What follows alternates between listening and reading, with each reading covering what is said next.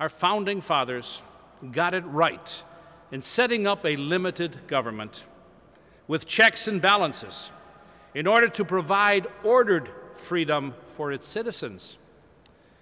Even what has been called separation of church and state, although these words are not found in the Constitution as such, it was built to limit the power of the state over purely religious affairs.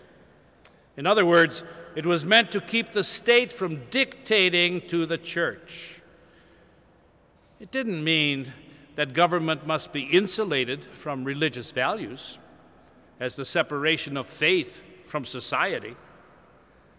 No, indeed, from the beginning, the participation of God-fearing people in the formulation of our nation's laws and policies was welcomed and encouraged.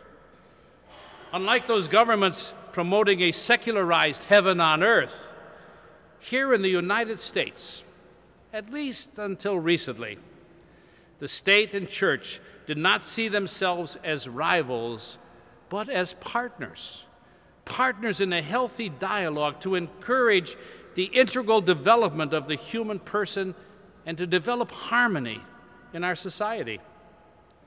However, today in America, the role of faith in public life is increasingly debated, and many seek to sideline those of religious conviction from participation in public dialogue, in public discourse.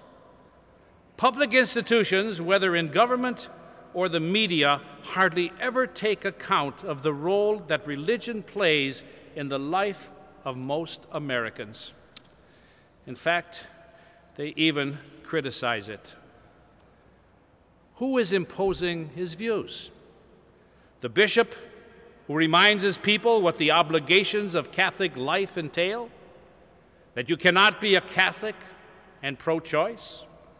Or the state Supreme Court, that by judicial fiat overturns the common understanding of marriage, held for millennia in order to allow same-sex couples to attempt marriage? When you and I, when we act as citizens, we do not impose our views. The church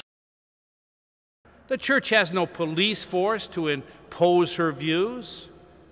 All the church can do, all we can do as members of the church and at the same time as members of this earthly city, is to make our propositions. We propose, and hopefully in the give and take of the democratic process, we can convince our fellow citizens of the wisdom that we propose and thereby effect changes in law and custom. Today, men and women of faith in public life must engage their contemporaries once again in a renewed dialogue